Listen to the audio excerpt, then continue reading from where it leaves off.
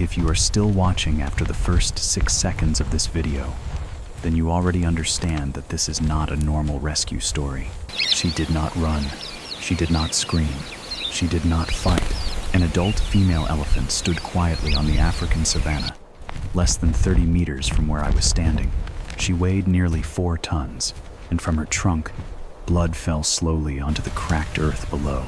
I have worked in wildlife rescue for almost 20 years.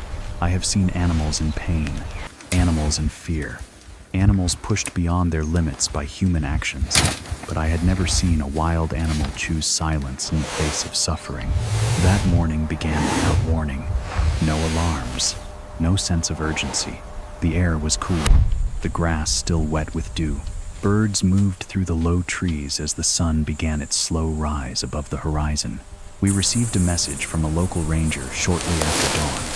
A herd of elephants had stopped moving. They had remained in the same area for hours. No feeding, no migration. Elephants are never still without reason. When we arrived, the answer stood before us. At the center of the herd was a mature female. The others formed a wide circle around her. Not tight, not aggressive, just present. And hanging from her trunk was the source of everything. A steel snare, old, rusted, sharp. It had been set illegally, intended for another animal, but it had found her instead. The metal had cut deep into the trunk. The flesh around it was swollen, dark, and infected. Every breath she took passed through pain. The elephant's trunk is not simply a limb. It is one of the most complex organs in the animal kingdom. It contains tens of thousands of muscles. It allows an elephant to breathe, drink, feed, smell, touch, comfort, and communicate. Without it, survival becomes impossible. What struck me immediately was not how badly she was injured. It was how little she moved. She did not swing her trunk. She did not attempt to pull the snare free. She held it carefully, as if she understood that every movement made the wound worse. That level of restraint does not come from panic. It comes from awareness. We approached slowly, every step deliberate, every sound controlled. Elephants are intelligent. They remember faces. They remember threats. One wrong signal, and the herd could respond instantly. I watched her eyes as we came closer.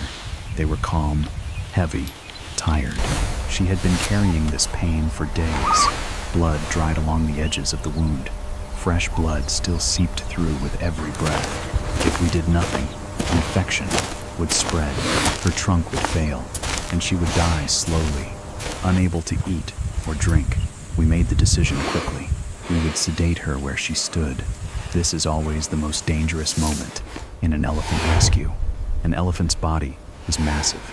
Its heart and lungs are sensitive to pressure. If it collapses incorrectly, its own weight can kill it. The sedative must be perfect. Too little and she could panic, putting everyone in danger. Too much and her heart might stop. The wind shifted constantly across the open plain. A slight change could send the dart off course.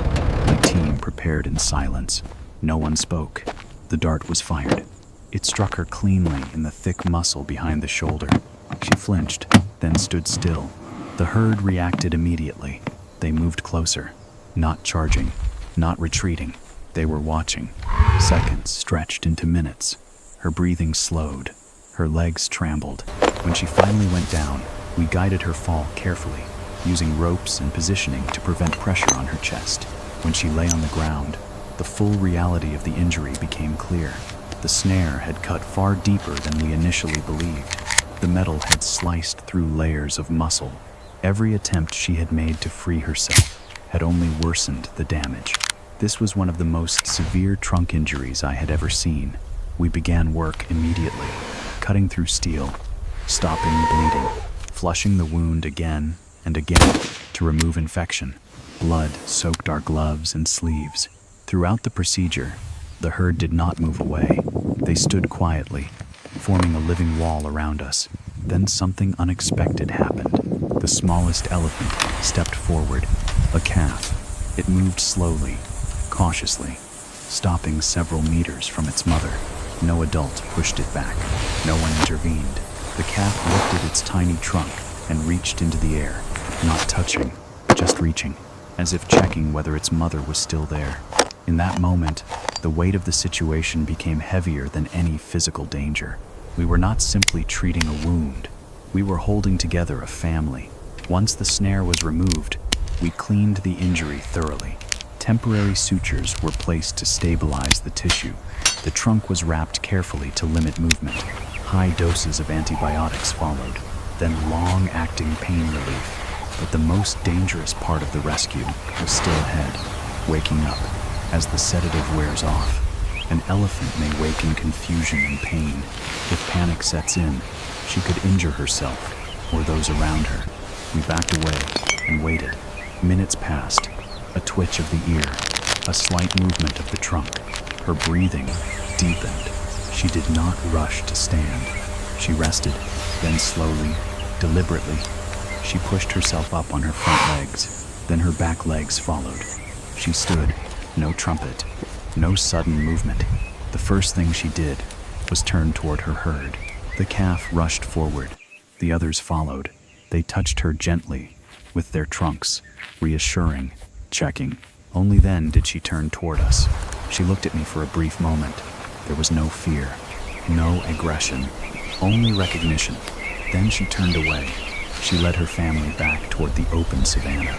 Step by step, slowly. They did not look back.